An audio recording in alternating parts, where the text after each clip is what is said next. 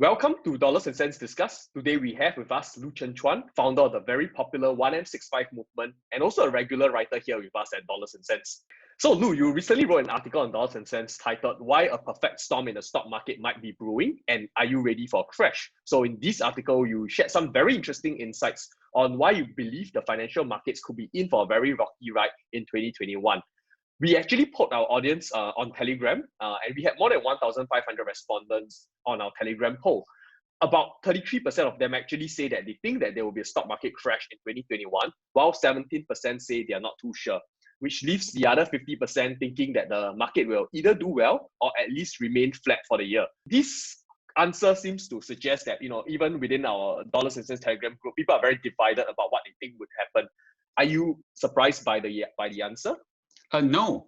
In fact, if you were to follow many of the stock analysts and the experts globally, especially on the news media, you see a similar type of division as well.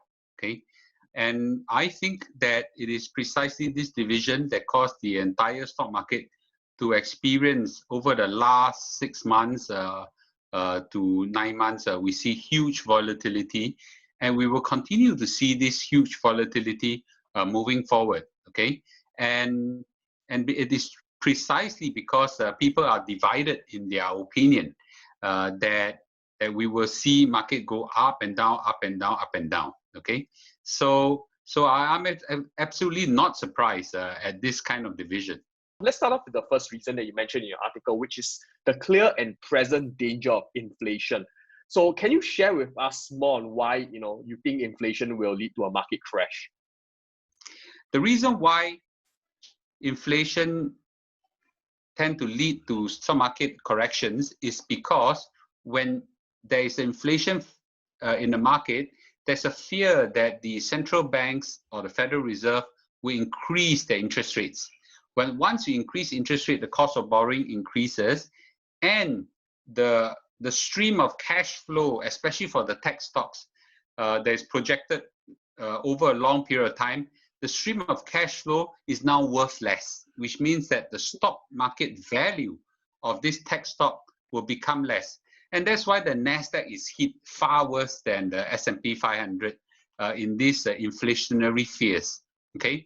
And it is important for us to know that right now it is a divided world out there whether inflation, okay, will lead to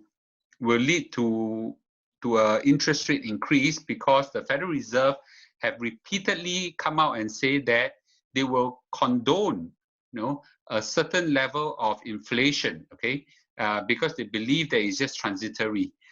So there is a big divided world out there whether they believe or not believe.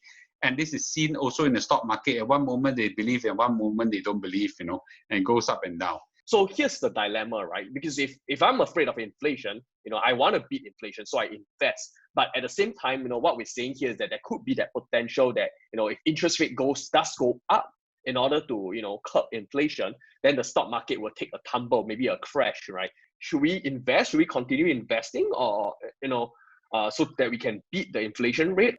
It is a very difficult call right now, because right now almost everything is unattractive. Okay, we are in the era where everything is bad for investment to some extent. I think the key question is whether do we see first inflation is going to happen, and is it going to happen in a big way, and more importantly, is it going to happen in a sustained way? Okay, and if it does happen in a big and sustained way, then holding cash is a very dangerous thing. I'm in the opinion that the inflation risk that we are facing right now is COVID driven, which means that over time, when COVID comes under control, the inflation risk will go away.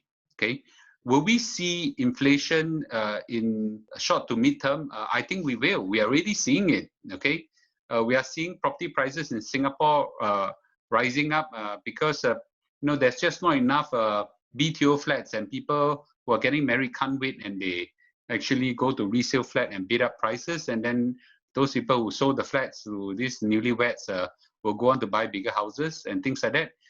We have seen supply chains get disrupted, therefore inflation goes up. So collectively, I think all these are COVID-driven inflation, which by definition, if once we bring the COVID pandemic under control, and we do have a view that COVID eventually will come under control with the roll of the vaccine in a massive way globally, then we don't see the inflation impact to be a sustained one. Will it be a high inflation in a short term, one-off hit and things like that?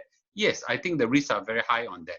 But will it be sustained? I think I don't personally share that view. So given that that is the mindset that I have towards inflation, then I would just ride the wave of the swings of the stock market ups and downs, okay, and just stick to what has been proven to be correct as a long-term inflation.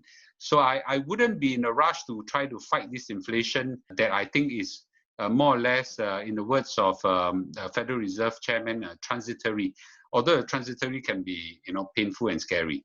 I'm just worried talking to you about these topics. What then can we or should we do anything about this? In face of a known fear, is not so fearful. The think about the whole this risk that will happen is that it will at most cause huge volatility. Will the volatility be very significant? It could be, how many percent, I can't tell you, okay? It could be 10, 20%. I don't think it's going to be hitting 30% that we've seen last year. But it could have huge volatility. And the good thing is that we eventually will come out of this volatility, just like how we came out of the crash that we see last year in March and in April, okay? And this is where I always encourage all investors.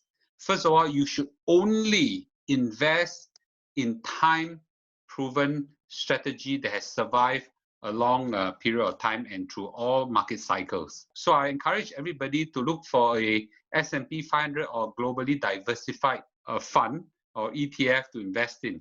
Usually this kind of fund will go up and down together with this market cycle, but they eventually recover and continue to compound at a good rate of maybe 8 to 12% a year over a long period of time. We are looking at a time horizon of 10, 20, 30 years. I'd like to reiterate again that I don't think the STI and some other index they are not time proven is a good investment, okay? But I do think that a globally diversified portfolio or fund or S&P 500 is a better way to bet on this, okay? So I strongly encourage everybody to be mentally prepared for a roller coaster ride that is to come, okay? And if it does happen, just hang on, ride the wave up and down, okay?